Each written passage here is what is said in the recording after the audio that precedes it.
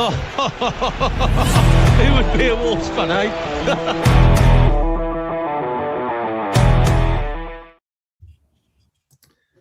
Hello, everyone, and welcome to another episode of the Wolves Fancast. Today, we will be reviewing a comprehensive victory for Wolverhampton Wanderers. It's been an awful long time since I've said that, gents. Maybe West Ham, but it's not something I've said with much regularity this season. As Wolves obviously had a comprehensive victory, 6-1 against Shrewsbury. Joining me tonight is Danny. Hi, Danny. Good evening, good afternoon. And Luke. You all right? Yeah, not too bad. Cannot complain. Certainly cannot complain after yesterday. It was a bit cold, but from a footballing standpoint, I was great. Thank you. So, reviewing the game, obviously FA Cup third round, Wolves entering the competition at the third round. Looking at the game, walking through in front of a Molineux crowd of just over 24,000, which, to be honest, surprised me. I thought it would be a lot less than that, particularly given the weather. But yeah, that was the official attendance, was just over 24,000, which if you compare to the League Cup games against West Ham and Everton, which were both around the 18, 19k mark, obviously there was a ticket offer, but obviously from my perspective, good attendance in play. So yeah, let's get into it. Lunchtime kickoff, team line set up. Let's get into have a look at the lineups and see the team shape. So just quickly bring that up. So team lineup for Wolves. So there were a few changes, but not many changes. Johnston coming in potentially as a cup goalkeeper going forward. We'll see. I'll get your thoughts on that, guys, as we move forward. Doherty coming in, Andre returned back into the front line, and Strand Larsen jumping in as well. Danny, your thoughts on the team lineup? I quickly went back and had a look at the preview show where the guys were convinced there was going to be quite a lot more changes that actually happened. Your thoughts on the team lineup and the way Rob went for the game on yesterday? Yeah, I was rather pleased. It feels like kind of the lineup that I've seen some people calling for, where it, still maintaining a pretty strong shape out there. There's really no reason at this point to to rotate significantly. I got a whole week off coming up. Just any win, any positivity can only be good for this season. So pleased to see a pretty strong overall lineup, and the people. It's not so much about who came out, but the people who came in are ones who need those minutes in them. Yeah. If Strand Larsen can pick up any kind of form, which I'm sure we'll talk about, then that can only be a good thing. Yeah, absolutely. Luke, your thoughts on the lineup? Anything that surprised you? Maybe that some of the players played that you thought might drop out, or anything from your perspective from that? No, I think personally, I think it's a good cup lineup. Yeah. I always find it refreshing when a manager takes the FA Cup seriously. Yeah. Because over the years we've had managers before where they've not taken the cup seriously, and we've played weakened teams, and then we've been eliminated from the cup because of that. So I'm a big fan of the FA Cup. I love the FA Cup. I love the League Cup. I love any cup because I think it offers a genuine opportunity for clubs of the stature of Wolves to go out and win something. So for me, I think Rob Edwards picked a good team. Yeah. Not going to talk too much about the shape because it hasn't changed over the last few games. But it was a good team. It showed intent. It showed, look, we're here to win the game. Yeah. And ultimately, that's what we want to see. We want to see managers going out there, putting out a team. Let's go win the game, build a bit of confidence, get some minutes in some legs, and all those boxes was ticked yesterday. Yeah, I couldn't agree more. I think it was a good opportunity for us to continue with the momentum and continue to move forward, and I think that was the case. I know you kind of mentioned it. I'm going to just quickly bring it up as well.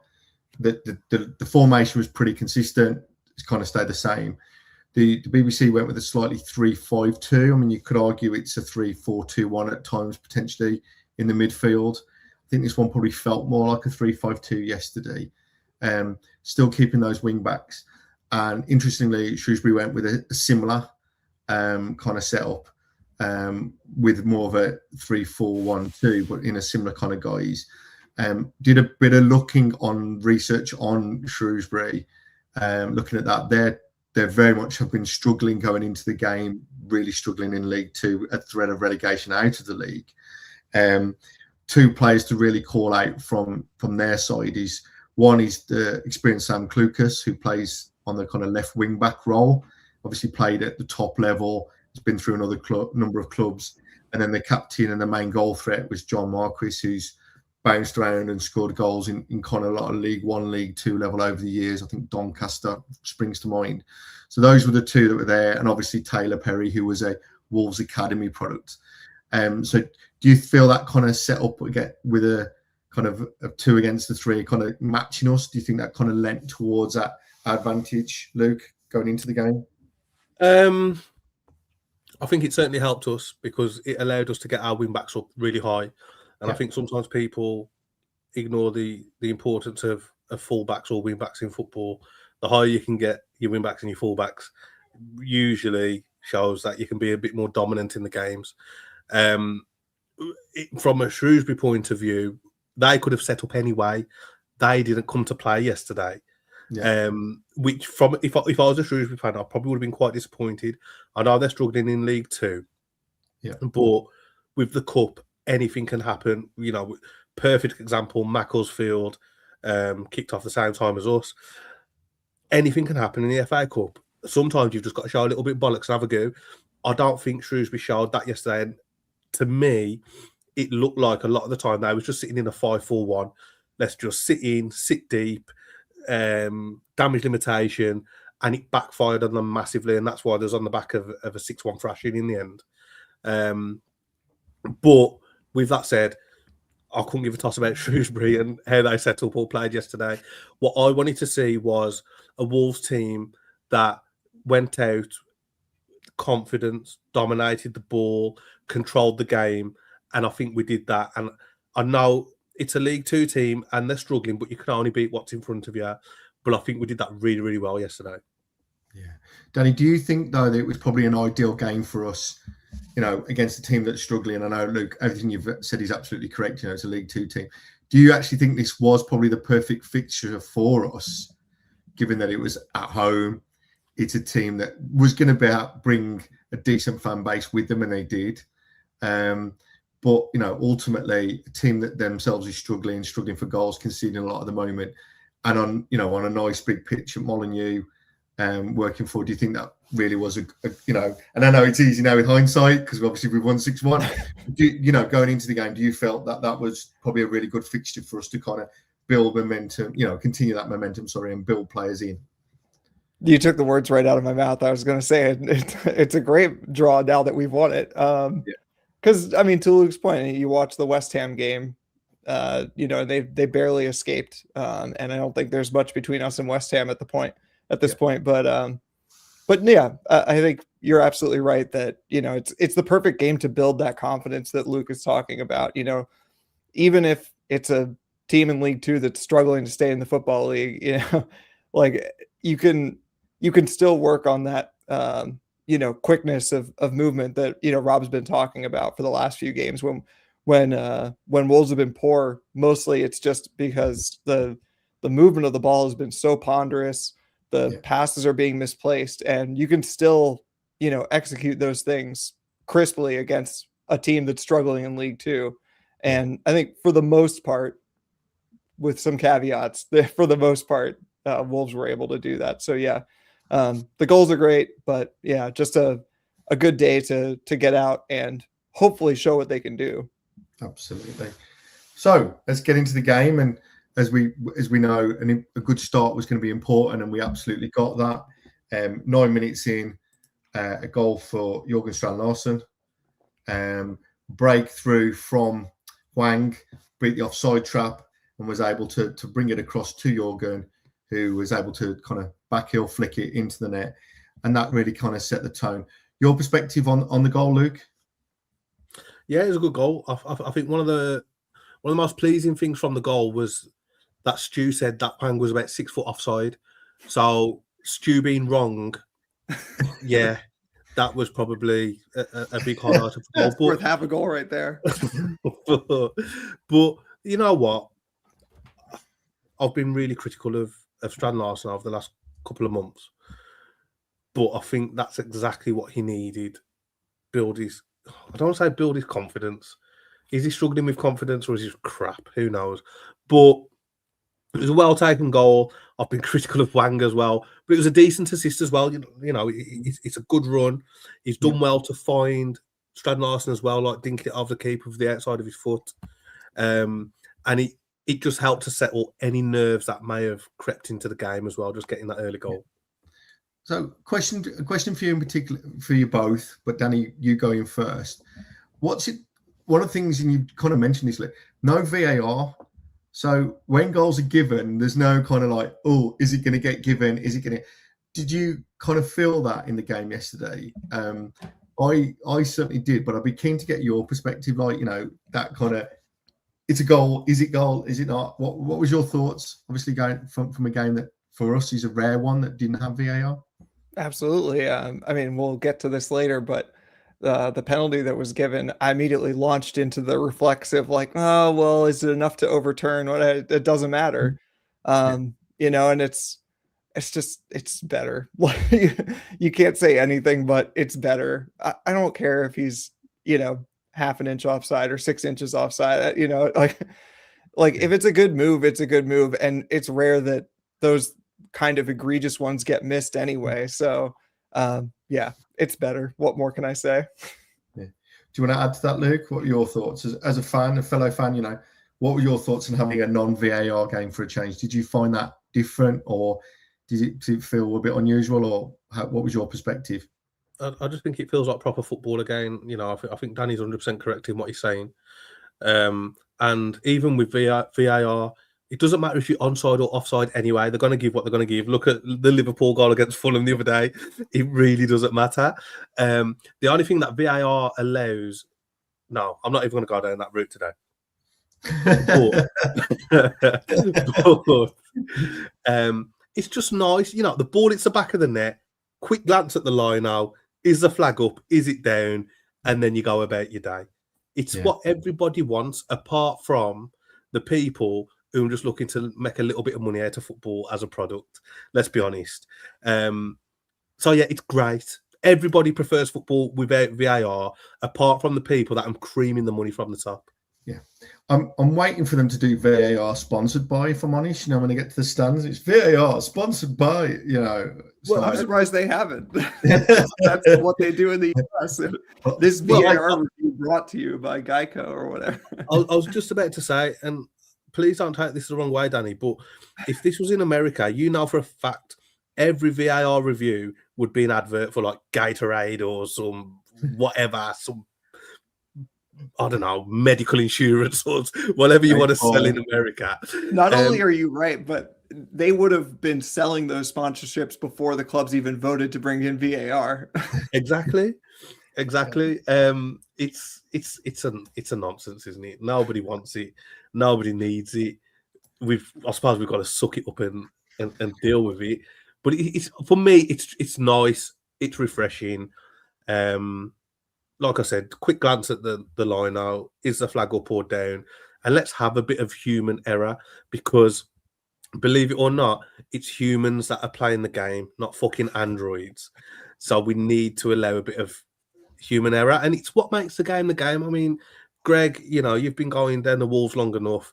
How many times you've come from a game and you debate a referee's decision or a linesman's decision? Sometimes they're right and you're wrong. Sometimes they're wrong and you're right. But that's why we love the game. Yeah, I think it sharpens the referees up, if I'm honest, and the assistant referees, because they haven't got that. I feel at the moment the Premier League refs, and this might be a controversial hot take, I think they've got lazy, because there's this safety net, or perceived safety net of VAR that says, well, I'll just let it play and then I'll see what happens. One of the things that I've always been concerned about with things like that is that, we'll let it play and see what happens. But what happens if a player gets injured? What happens if a player gets taken out on an offside or something? You know what I mean? And it happened at the Molineux when I believe it was Connor Cody. His leg hits Rui Patricio's head. I can't remember the exact fixture, but I just know it happened. Yeah. And that was from a game being allowed to continue. Yep. Because, like you mentioned, they're just waiting for VAR to make that decision instead of putting the whistle to the mouth themselves. Absolutely. So, great start, 9 minutes in, first goal up and running. And then, obviously, it was only a couple of minutes later that we doubled our lead with Arias with his second goal in 2 games. Time in his role, second goal in 3 games, second goal in 2 home games. Get there in the end. Obviously, running in and a nice left-footed finish in off the post as he broke through, following an assist from Strand Larsen. And at that point, it was kind of an interesting vibe within Molineux. I don't know if it was shock by the home fans or whatever, but it was obviously a flying start for the team. And you could see a team that was actually playing some nice 1-2s, nice patterns. What was your perspective, Danny, in particular on those first 15 minutes? It was just nice to see attacking with any kind of quality. I mean, we've been so starved for it this whole season. And even recently, I think there's like kind of an underlying dread. There's so much joy in watching Matheus Mane out there scoring the goals that he has been, but there's this underlying dread, not only that, he's not going to be able to stay, but also that it's really just these moments of individual brilliance, but like showing that these players actually have some ability to create something on their own and not just like curl one past a defender or, whatever passes as a defender at West Ham. It was nice to just see them actually link up both of the first 2 goals. Yeah, absolutely. Your perspective on the goal, Luke? It was a great goal, and fair play. Again, Arias is another player who probably needs a bit of confidence. And I think sometimes those chances are quite easy to miss. Yes. And he took it quite well off the post again, settled some nerves and allowed us to grow. Question for you both. Obviously, Arias' performances have picked up generally recently. I know there's a bit of a drop a little bit at the Everton game, but his performances have improved. And I guess the question is, following on from the goal that I alluded to earlier about recently against West Ham, do you think that's what we're seeing now is a player who's increasing in confidence and maybe a player that maybe if he'd have gone through 6 weeks ago, maybe would have missed that chance? And now because he's now look a lot more confident at, are we seeing a player that, he's now taking those chances that he may have missed before? I'm just thinking, I can't remember which game it was. There was one game where obviously he missed from 2 yards out on a cross. I'm struggling to remember. Was it Brentford? It was one of those games and he absolutely missed a sitter. Are we seeing that kind of belief and confidence coming in? I'll throw that to you, Danny, first. Yeah, it's what we'd hoped we'd seen for the last 4 months. I don't know. It's almost coming at the worst possible time at the beginning of a transfer window where I think, if we hadn't seen this sort of uptick in form, I think there's a list of players, maybe about 6 or 7, that if they left, no one would be particularly bothered. And in fact, there might be some celebration as they left. And Arias might be one of those, but now it feels like, well, unless we're going to bring anyone in who can do anything, like we might as well keep someone who's actually in form. So yeah, he needed to come into a team that had confidence and, bedded in patterns of play that he could fit into and contribute to. And that's not at all what he came into. So it's taken far too long, but we've ended up with hopefully him actually being able to bed in and actually showing what he has. Yeah. Your perspective, Luke? Sorry, what was the question again, Greg? Sorry. So the question is are we seeing an Arias that we thought we were going to get originally when we signed him? And are we now seeing a more confident player? And that was exampled in the finish, where he did score, whereas maybe 6 weeks ago he'd have probably missed. Well, I think if you listen to Dean Marsden, we was expecting Cristiano Ronaldo for the second. So no. But, I still think there's a lot more to come from Arias. Yeah. I think there needs to be more to come from him as well. Yeah. Yes, he's had 2 good games out of the last 3, but he still needs to raise it a little bit more for me. Yeah. But come on, let's not beat him up too much. He's come to a new country. He's got to acclimatise. He's entered a team that's been in some absolutely horrific form, which makes things more difficult as well. But, you know, if he's still here in February, let's get behind him and see what he can bring for the second half of the season.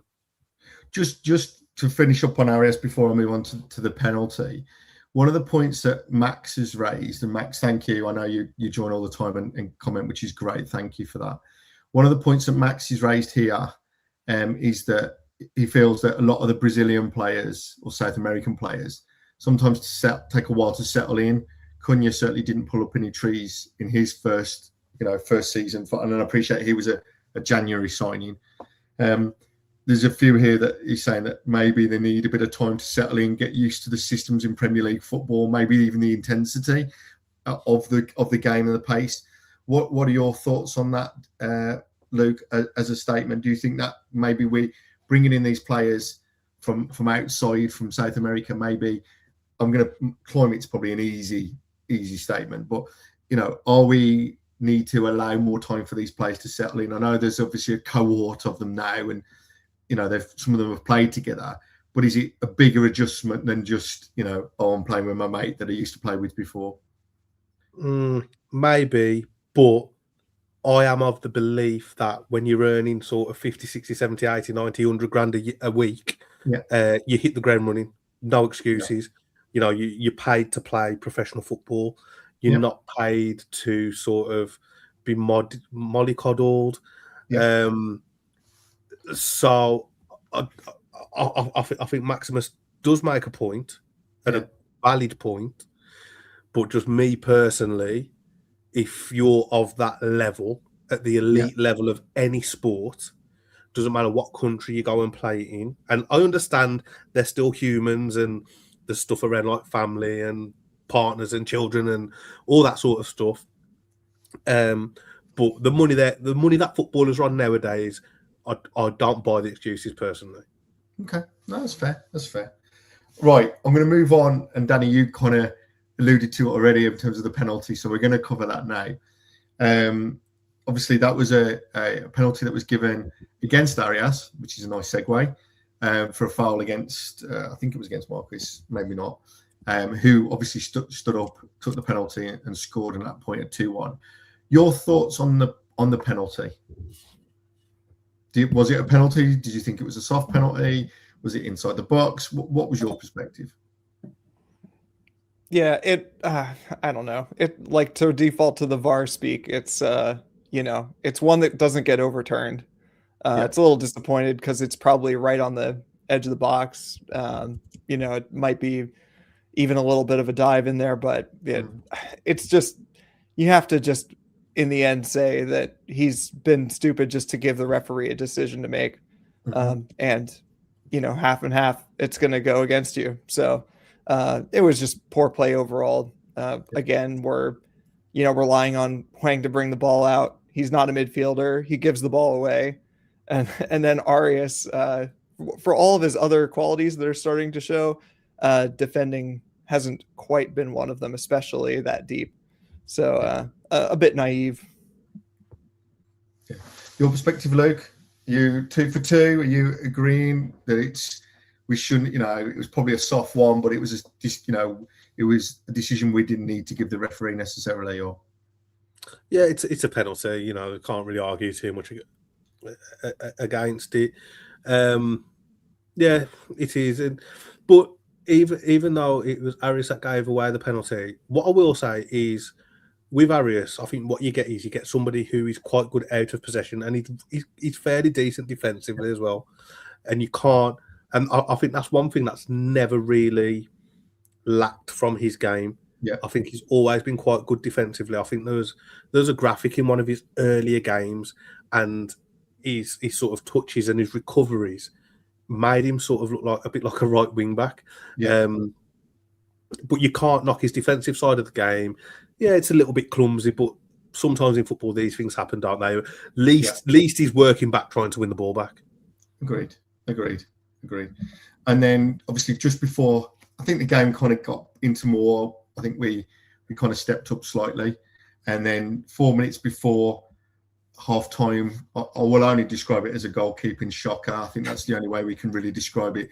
Yes, it was another goal for Jorgen Strand Larsen, but let's be honest, I would have fancied my chances putting that away. I'm sure you both would have been as well. Absolute howler from the goalkeeper. And really, I think it was a real sucker punch for them just on the stroke of half time. I think it really took the wind out of their sails. Your thoughts, Danny? Yeah, absolutely. At 2-1, especially then, I thought, after the 2 goals, things had sort of settled down. And even though there was a lot of fortune for them in terms of the penalty, I thought, they could have, held solid for a while after that. But yeah, it was over in the blink of an eye. I think I even missed it on the live broadcast. I turned my head back and saw the ball trickling into the net. Because it's not even particularly a pickoff. It's just he got the ball passed to him. So yeah, I haven't played real team football in probably over a decade. I'm pretty sure I put that one away. Yeah, I think it's a rolling. Luke, this is probably going to stretch it out probably a little far. I'm probably going to stretch it out. Is this a symptom of teams generally now having to play or prescribe to a certain type of football in terms of the Guardiola? Historically, teams would have just put a foot through it, stuck it down in the channel, let the big lump of a striker or the small striker. If we go back to the old 4-4-2 Brexit football days, is this a symptom of a lot of teams trying to follow that principle and overplaying, or am I just stretching out a little too far? It was just a crap pass, and it's one of those. What's your perspective? Am I stretching it a little bit here, or Craig knows what he's doing, teeing this one? Luke, I'm not sure you are stretching it, to be fair, because I do think there's an element to that. Because is his first name Eli? Is it Eli Harrison, the keeper? Yeah. Does he play that pass in 1993? No, absolutely not. No. Is it a terrible pass? Yeah, it is. And I kind of felt sorry for him because he's a young lad, isn't he, on loan from Man United, and it's an absolute howler. And I think even when you look at the positioning of the, I don't know, it's just a stinker, isn't it? Yeah, it's really bad. Whereas, obviously, if you're back in the 90s and you're just hitting the channels, big man, little man, win the flick-ons, win your first, win your seconds, it doesn't happen, does it? But obviously, the game's different now. What's even worse is we're not even actively pressing the keeper either. No. He could have probably taken 2 or 3 touches and found a different pass, but yeah, I think there's an element of truth to what you're saying, to be fair, Greg. I just wonder, because like you're just saying, I mean, mid-90s, you're absolutely right. There is only one thing okay, the pitches are better now generally, even in the lower leagues. I'll put all that to, but generally, like you said, in the 90s, that thing is only going in one direction. It's going to be a big, long, clear the lines. Particularly if you think about the context of the game coming up to half time, you want to keep it solid. And I think, for me, that would have been there. But hey, it is what it is. So going in at half time, 3-1, coming out for the second half, and Rob hasn't made any changes at all. There was no substitutions made at half time. Your thoughts on that, both? Danny, I'll do you first. Luke, I'll follow you after. Your thoughts on that he didn't make any changes? Do you feel like continuity? Do you think he wanted to get another goal just to really wrap the tie up before he made the changes? What's your perspective? I was a little bit surprised, but pleasantly so. I kind of thought that we'd see some of those like-for-like changes to come in, Tolu for Strand Larsen, that kind of thing, where we're really not changing much. We're just changing the personnel in the field. But like I said, I was pleasantly surprised by that because, we just need consistency. We need repetition, playing at a decent level, even if it's just, challenges that we're putting on ourselves against a lower tier opposition. It just, I think it can only be a good thing to have the players, play in a real scenario. And that's not playing 45 minutes at a time and then knowing that they get to have an early shower. So yeah, I was pleasantly surprised that they kept it and kept pushing the same way that they did in the first half to try to build something. And then the players that came on seemed to benefit from that, from coming on into a team that already had confidence and, of course, a couple more goals. Yeah. Just before I ask for your thoughts, Luke, I've just had a quick look in the program. The only time that Rob has actually made a substitution at half time is in the last 2 games where he brought Andre on at half time. So it's not something that he regularly does. In fact, he's only done it twice for one player. What's your perspective? Would you have changed it up a bit earlier? Maybe look at some of the players like Lima. Maybe I appreciate the point that you've just made, Danny, about continuity and that kind of. But maybe this could have been a chance to give a longer period of time to maybe some of those players, for Lopez, the Lima, or what was your perspective? It's a difficult one, isn't it? Because on one hand, you're absolutely correct. Could players like Lima, Lopez, etc. Was it a good opportunity to give them 45 minutes? But then when you look at the players that have started the game, they've put the team in a good position. They've performed well. The 3-1 up on the scoreline. So then could you argue, well, these deserve 55, 60 minutes now and not 45? I think you can say there's an argument for both sides of the coin, really, but I can't really argue with too much that Rob Edwards did yesterday. Maybe if I was being really nitpicky, would have liked to have seen Lima maybe get an extra 5 or 10 minutes, but apart from that, I think he did pretty well. So obviously into the second half, and then on 58 minutes, the hat-trick for Jorgen Strand Larsen. Picked up the ball, got the pass through, and was a very well-placed, slightly finished, took it well, finished it well. And I think at that point, we all knew the tie was over at that point, and it was going to be a case of how many more goals. Your thoughts on and obviously he was substituted not too much long after. Your thoughts on Jorgen Strand Larsen's performance, Danny, yesterday? So hat-trick plus an assist. Your perspective on his performance? I mean, it was a great involvement from him overall. It's kind of like I said about Arias, where I think a couple weeks ago, no one would have been particularly bothered by him being shopped out to other teams, even other teams in the Premier League, maybe excluding West Ham and Forest. But now if you actually have him coming into form, what does that do for the transfer planning? But otherwise, in terms of the match on the day, it's what we've been hoping that he would look like this whole season. Doesn't mean he needs to score a hat trick every week, of course, but he looked so much more comfortable, and maybe that's partly to do with the early goal. But I mean, that third goal was a really classy one to take the way that he did. I don't think anybody would have been particularly bothered if he'd missed the back heel for the first one. Obviously, not tons of skill involved in the second one. But that third one, is like the kind of thing that other Premier League teams who we might be selling him to would stand up and take notice of and say, like, this is a person who can make those fine adjustments in not a lot of space in the box and slot it home with, completely comfortably and not even a chance of it being saved. So a great game for him overall, and sort of leaves me with more questions than answers about the month coming up. Yeah, I mean, Luke, I'm going to bring you on this, and Sean, thank you.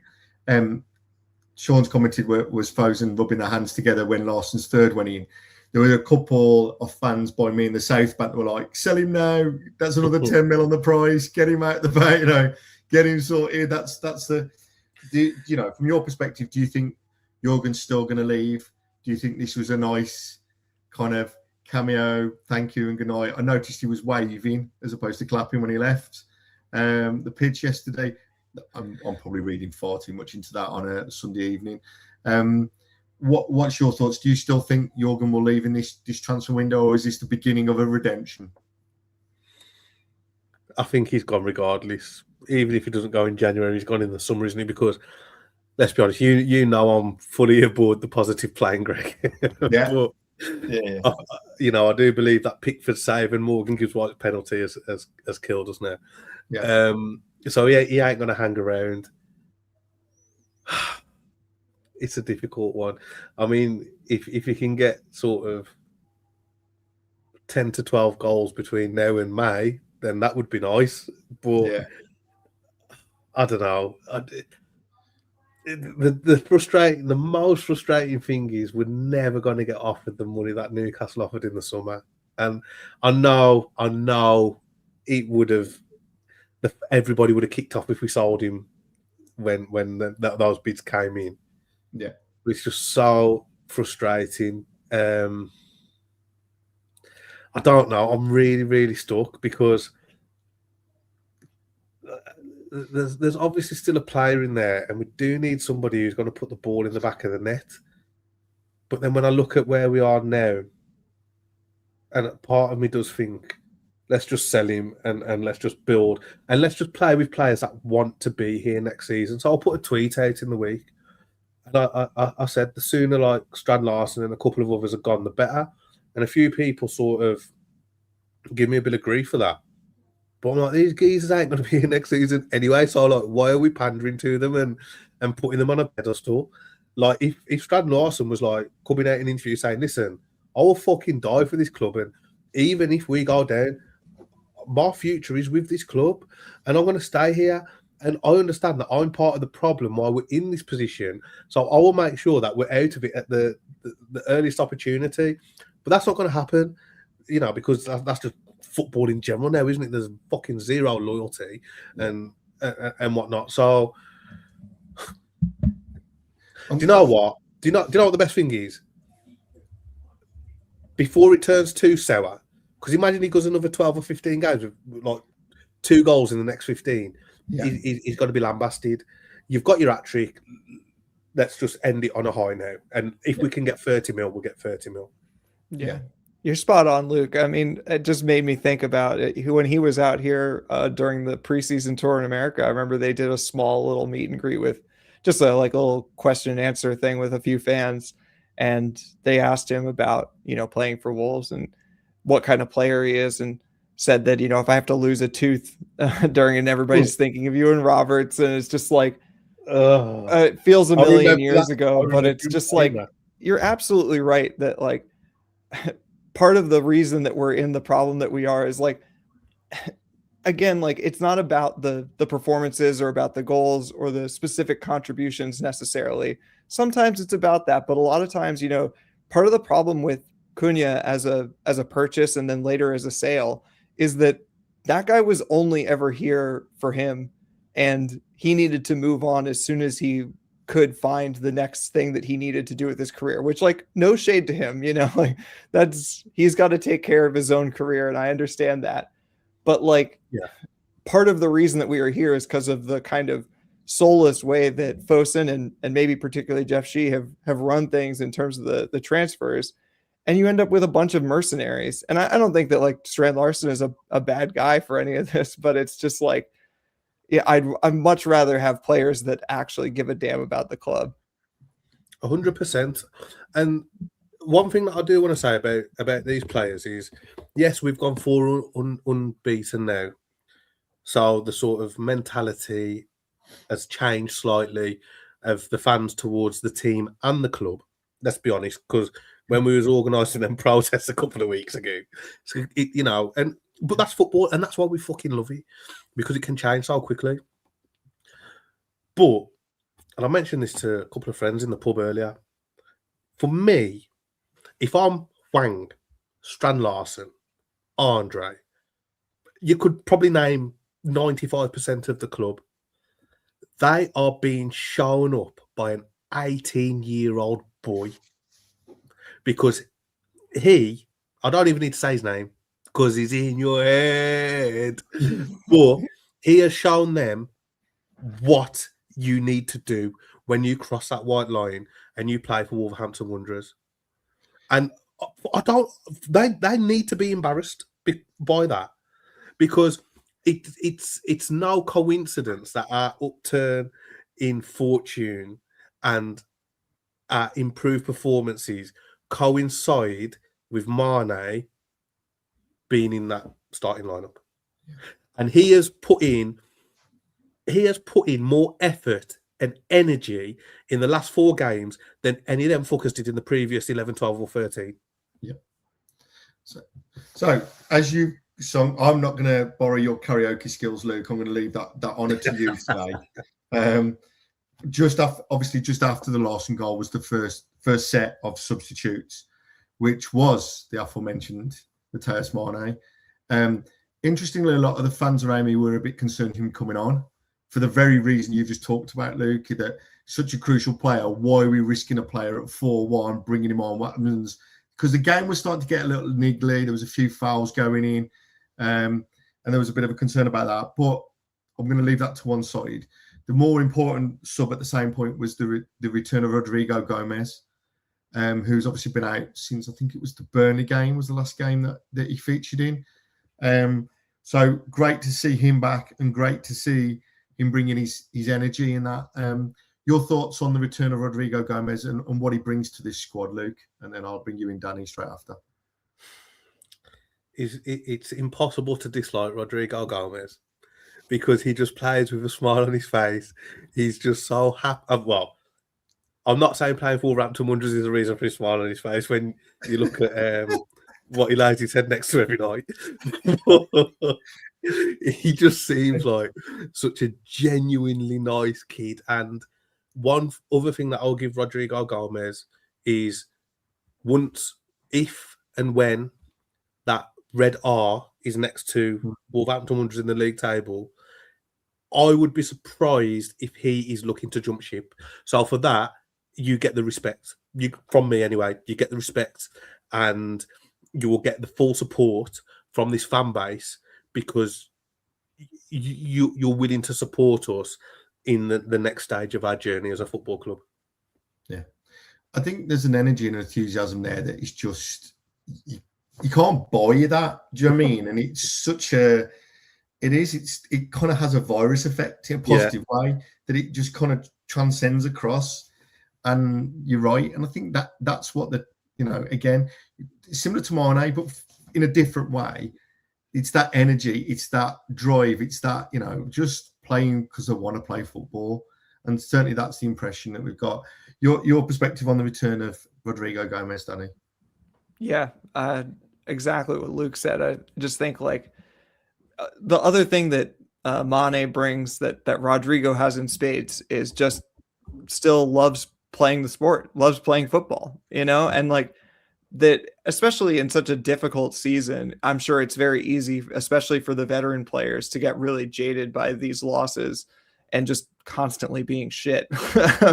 But just, someone who just wants to go out and play and is willing to take chances. I think that that's something that we've really missed through this season. We've had winnable games despite how many points we had through most of it. Had winnable games during that long stretch without a win, and just really lacked any joy, any daring, anybody who was willing to just say, "No, I'm going to make the run. I'm going to play the pass, and we're going to try something." And that's something that Matheus Mane has brought in immediately, and that's something that Rodrigo Gomez always has because of just like Luke said, that joy that he plays with. And, it's precisely what we need for the second half of the season too, because, it may be entirely a lost cause. And so you're going to have to find intrinsic joy, not just extrinsic joy. Yeah. Couldn't agree more. I think that's the thing. You look for these bright sparks and there's opportunity that presents itself as a result of that. One of the things I would like, and I appreciate we're going to slightly trip into the Newcastle preview here, but I'm happy to do that. One of the things I'd like to look at is, do you think, Chachua again didn't pull up any trees? We've talked a lot about for a lot of players yesterday. It was a confidence building exercise, and there was an obvious upturn in performance. Hwang, Strand Larsen, we've obviously talked about lots. I don't think Chachua, in my opinion, took that opportunity. I think again it's still negative, and it's certainly something that's common criticism is he's very negative in his output, even given the perceived pace of the player. Would you see that maybe then? I'm normally an advocate of keeping a consistent team. If you win, you stay on, kind of thing. Going forward, looking towards Newcastle League, would you see potentially an opportunity for Rodrigo Gomez maybe on that right-hand side, right wing back going into that game, particularly at home where the onus on us is to be a lot more attacking? Is that a change that you would potentially like to see? I'm stuck on it because whilst I don't think Jackson's the best footballer in the world, sometimes I feel like he just needs a bit of an arm around him, just somebody to, just let him know what his qualities are, what his strengths are, Because I still don't think Gomez is a right wing back. Well, I'm going to come on to that. It's a really good point, because obviously there were a couple of other subs, Tolu, Fer Lopez, and Lima came on. But then the fifth goal, as we know, was Rodrigo Gomez, who'd kind of pushed up slightly. So he came on initially in the right wing back position, but with Lima coming on, moved a bit further up. So Lima dropped into that right, and he kind of dropped into that more of an attacking midfield kind of position, and obviously found himself in a great space. So yeah, I'm gonna take that and throw that out to both of you.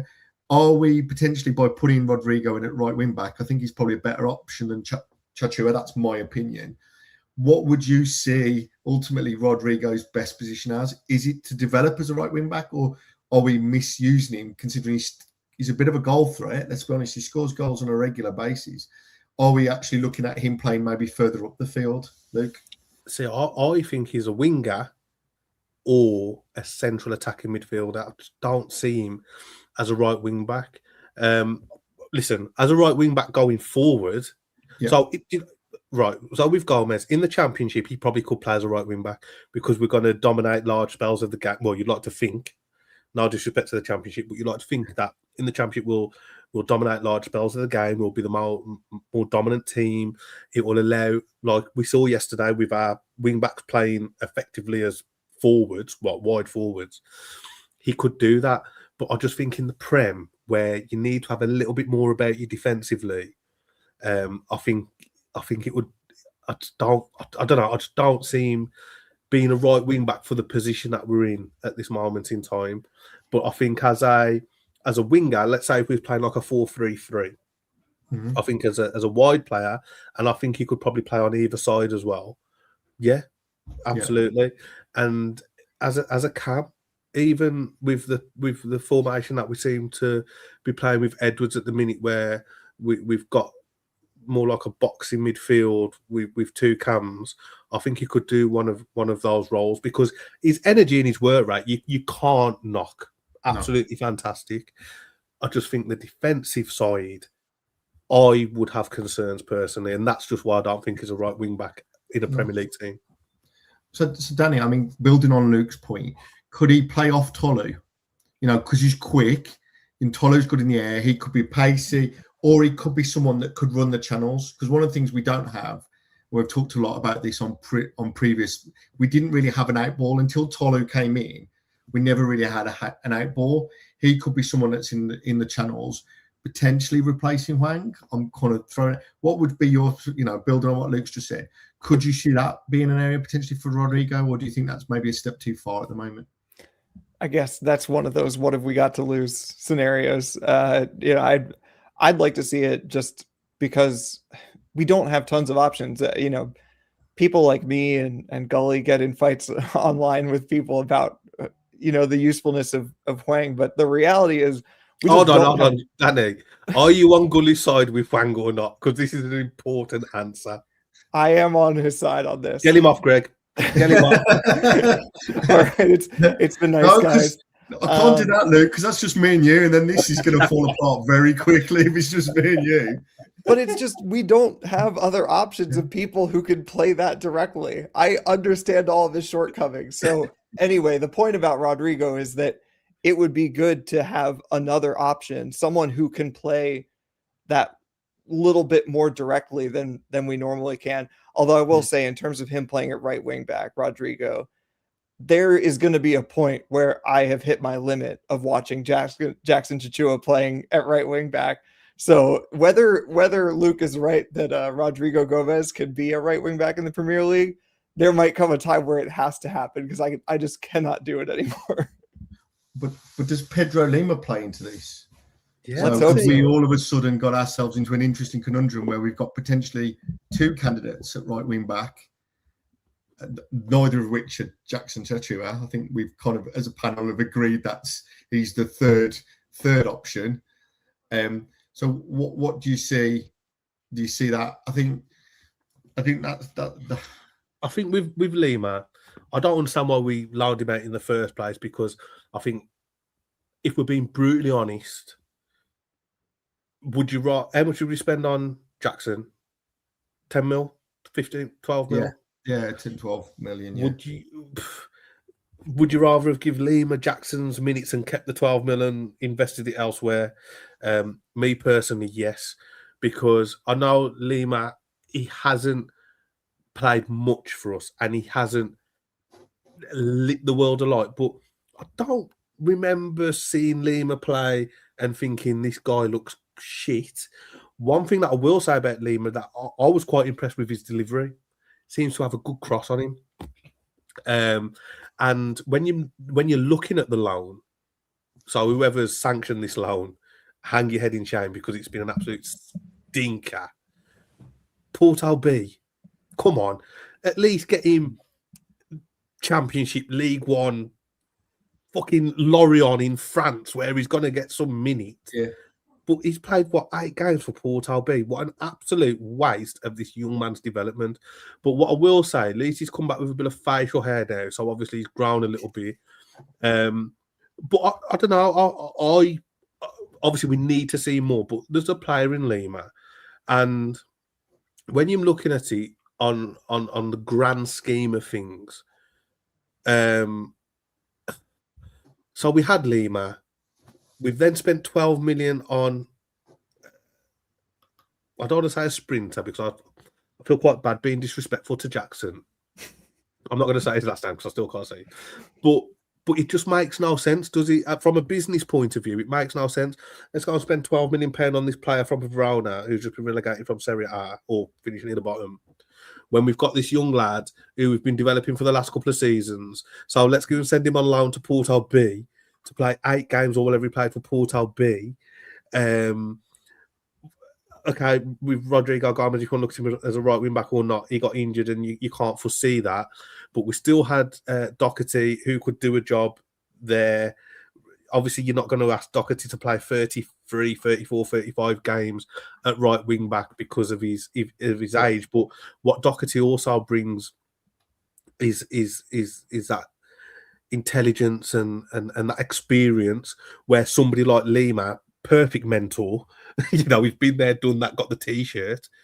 I don't know, it just makes no sense. It just absolutely makes no sense. Now, you say it wasn't worthwhile to send him there, but have you checked whether George Mendes is driving a new car or not? Well, this is the thing, he's busy with our friends in East London, West Ham at the moment, plumping up Nuno squad. I think there's an interesting point here, and Sharky, thank you for your comment. Is part of the challenge that potentially Lima and Rodrigo are going to be similar players? And I think there might be that Lima's got slightly better crossing, Rodrigo's a bit more direct. But is the problem we've got is that we've got 2 players that are, although better than Jackson, are similar level, similar standard.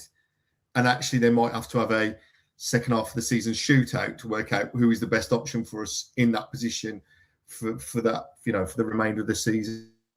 I think another concern is it's the 11th of January, 5 to 9 p.m. Yeah. And we still don't know who our best right back is. Well, we haven't made a single transfer in. We haven't brought a single player in either. But Nathan Shee's going to save the day, and Jeff's gone, and we're back, and Nathan Shee's the saviour. Jeff's gone and took his shortlist with him. So we haven't. But, you write on the back of fucking 20 sovereign. Yeah, he's been playing a bit of football manager, Luke, like us, and took his things with him. But I think that's. Can we just stop this for a minute and just say, Jeff Shee, you're a fucking prick. I'm not even going to drop a C-bomb because I don't know if we need some money from this. But Jeff Shee, you're a prick. Fuck off. Yeah. Again, this goes back to a lot of it. And Nathan Shee. I don't even know if Nathan Shee exists or if he's just a AI. I'm honestly, I know I am a conspiracy theorist, yeah, and I've got no shame in saying that. But Nathan Shee, I truly believe could just be an AI character. He don't even exist. Could well be. But whoever that character is, if it is AI, we might have more of a chance, to be honest. If we can get it going through ChatGPT, I would back ChatGPT over Nathan Shee. So, right, moving on. Last element of the game, obviously 92 minutes, and for me, a well-deserved and a well-received goal for Tolu, who'd has worked his nuts off for the last few games without getting a goal. Obviously, more of a cameo yesterday, which is what it was at the earlier season, but a well-deserved and well-liked goal from the fan base for Tolly. Your thoughts, just to wrap up the game, Danny, on that one? Yeah, so happy for him. I'm not going to sit here and say that he's miles better than Strand Larsen, but he's been chipping in and helping the team in all those ways that you can do when you're not scoring goals. And so for him to get a goal at the end of it, really, again, it's all about the confidence and building patterns of play and things that we can take into the league. So, him scoring, regardless of how it transpired, can only be a good thing for us going forward. Yeah, absolutely. One last comment I've just spotted, and Sharky, thank you for your comment. He's put about playing Rodrigo on the left. He feels that he would have kept Hugo and Molineux out of the team. Molineux obviously came back in yesterday. We hadn't really talked about that. He feels that he would have played there. What are your thoughts, gents, on that as another alternative, him playing on the left side? Luke, I'll let you go first on that. Sorry, I was just sending a tweak. So all we're saying is that Sharky suggested actually maybe we were comparing having Pedro and Rodrigo as a kind of shootout on the right side. He suggested actually maybe Rodrigo could find a home on the left-hand side. It could be a better option than Hugo and Molineux. What do you think? I just don't think he's a wing back, so I'm going to say no. However, I do think Rodrigo can play on either side further forward. Yeah. I'm still not convinced with Molineux, although I feel with Molineux you just get that 6.5 out of 10 every week, like, you know what I mean? Which isn't always a bad thing. And I still quite like Bueno, even though you know what's coming. 38 step overs, shift the ball, whip it in. But again, it's not necessarily a bad thing. And I don't think Bueno's had a bad game either. So I'll be particularly out of those two, I wouldn't be looking to change that. No. Unless Roberto Carlos regen was available. Yeah, we're going to go full Galacticos for the second half of the season. Yeah, that would be interesting. So, 6-1, comprehensive victory. Obviously, a lot of action points to talk through there. Just obviously looking at the comments from Rob, and I'll read those out for the benefit of you, those of you listening in. So his comments on reaching the fourth round was, we'd love a good cup run. Couldn't agree with that more. There's nothing I would love more than that. It's exciting that we're in the hat again, and whoever we get next, we'll try and win the game, and we'll come on to the fourth round at the end. And then, interestingly, talking about rebuilding your relationship with the fans, and Luke, this is something I know that you've been very passionate about, and quite rightly so. We're trying to, but that can take some time because it's been a difficult period for them, I understand. But hopefully what they're seeing is someone in me who really does care. I do mean that. Thoughts on those comments, Danny? Yeah, I mean, I know that there was some, strange questioning over, changing up the lineup or whatever in order to preserve something in the league, but it's all nonsense right now. I mean, until we're within striking distance, and I'm not holding my breath, I'm not going to worry about, overworking the players in the cup. And if we can salvage any positive out of the season, I'll take it. Just honestly, just want to see the team win games. It's as simple as that. And winning breeds winning, need more confidence. And again, just like anything to latch on to, like Luke was saying, players that give a damn, who are going to go out there and actually, play for the badge, play for the shirt, connect in any way with the fans, because that's the other thing with a team full of mercenaries. I know a lot of people have said this, on here and on Twitter and everywhere else, that, just feels so strangely detached from this team at times. Even these like losses, whether they were heavy losses, embarrassing losses, narrow losses, just like didn't even feel sympathy for the players having to go through it. Just here we are in hell somewhere and can't escape it.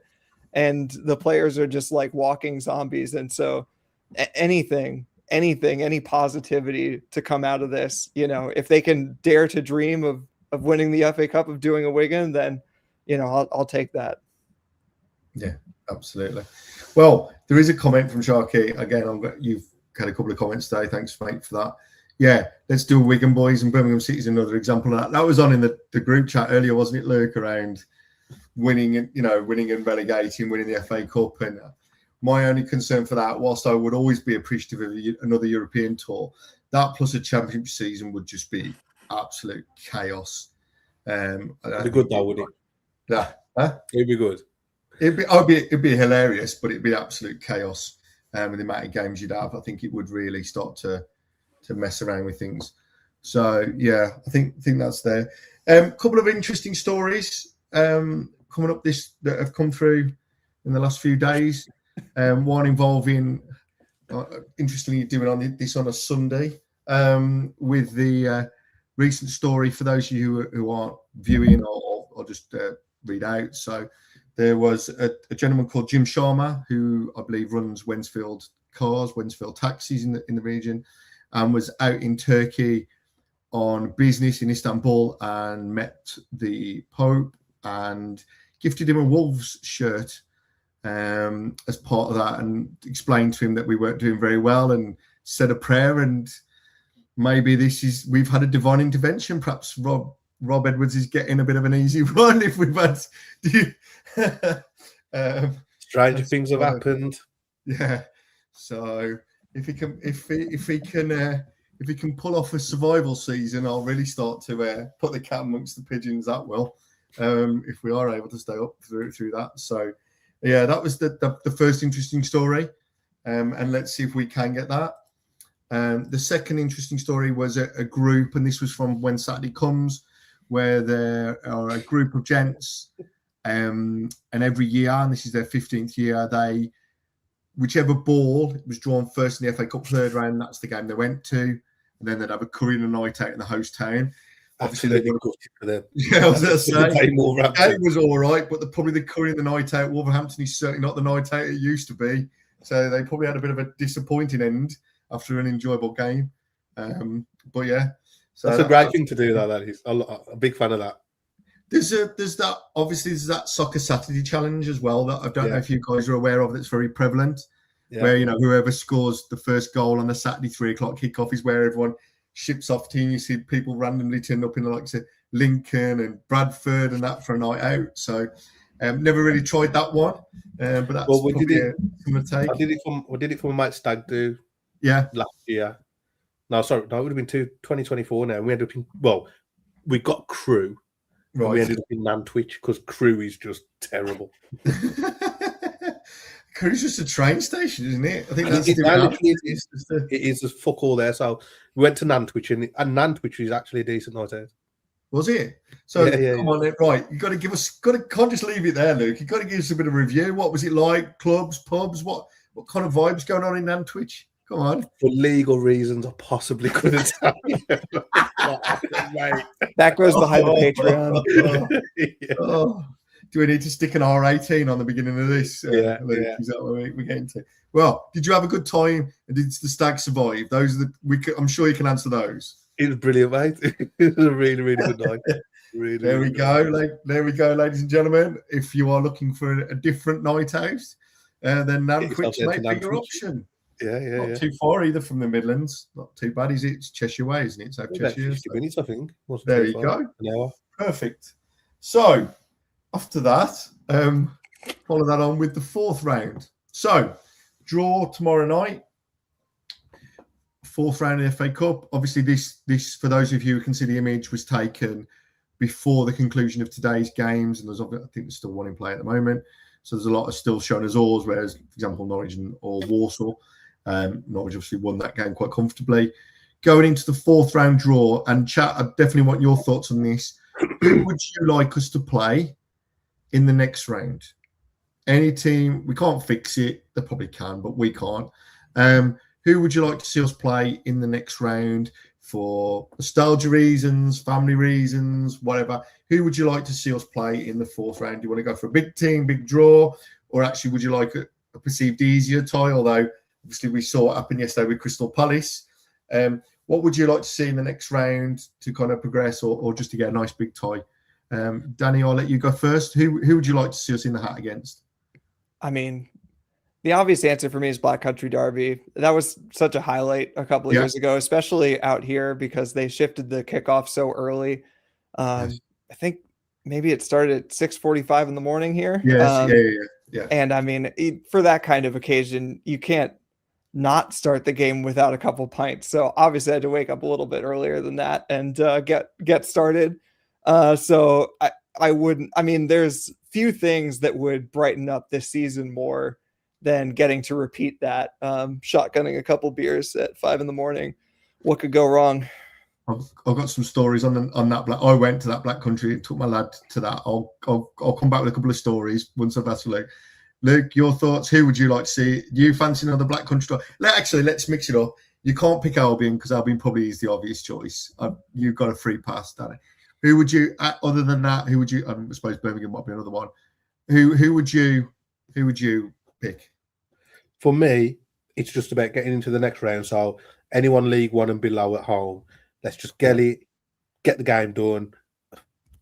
I don't want to say get the win because obviously you never know what's going to happen. But always in these rounds of the cup, I'm not interested in a Villa. Well, I would like Villa, but like your big six.